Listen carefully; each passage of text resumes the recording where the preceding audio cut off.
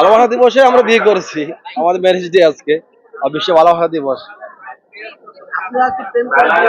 হ্যাঁ, আমরা কিন্তু লাভ করি, 4 বছর সম্পর্ক করে আমরা বিয়ে করেছি।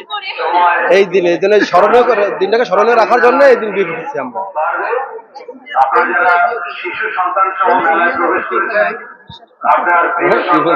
প্রেমের বিয়ে নাকি ঠিক না? উদাহরণ আমরা আমাদের তো 12 বছর হয়ে গেছে।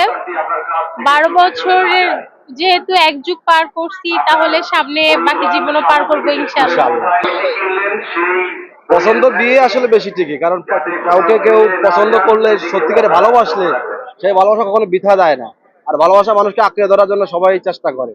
মানে ভালোবাসা তো সুন্দর, ভালোবাসার একটা সঠিক টাইম আছে, সেই টাইমে যদি সবাই ভালোবাসে মনে হয় সেটা আসলে সার্থকতা পাওয়া যায়।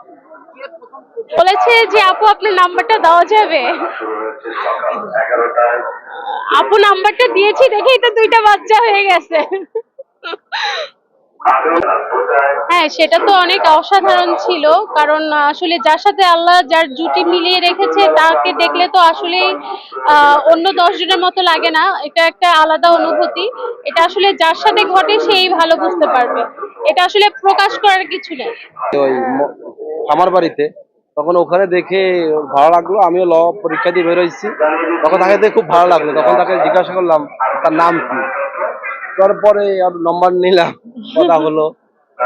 4 বছর রিলেশনের পরে আমরা এই দিনে আমরা ভ্যালেন্টাইন্স ডে তে বিয়ে করেছি। আজকে আমাদের অ্যানিভার্সারি, তো সেই হিসেবে বাচ্চাদেরকে নিয়ে আসছি। আর ওদের কাছেও এটা খুবই আনন্দ ও মানে বাবা মার ভালোবাসা দিবসে বিবাহ বার্ষিক, ওরা অনেক আনন্দ পাচ্ছে। আর বই মেলায় আসছি, বইয়ের সাথে পরিচয় করে দেওয়ার জন্য। বই কিনবে, গল্পের বই কিনবে, মাত্রই আসছি, কার্টুনের বই কিনবে।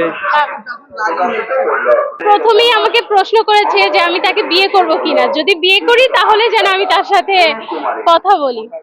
তো দুইজনের সম্মতিতেই হয়ে গেছে। ভালোবাসা আসলে অনেক সুন্দর, আর ভালোবাসার সঠিক মানুষ পেলে ভালোবাসাকে গুছিয়ে ভালোবাসলে হয়তোবা জীবন সঙ্গী হিসাবে পাওয়া যাবে। ভালোবাসার তো আসলে শেষ নাই। বাবা মা থেকে শুরু করে তাদেরও বাবা মা সবাই ভালোবেসেছে দেখে আমরা ভালোবেসেছি দেখে আমাদের সন্তানরা।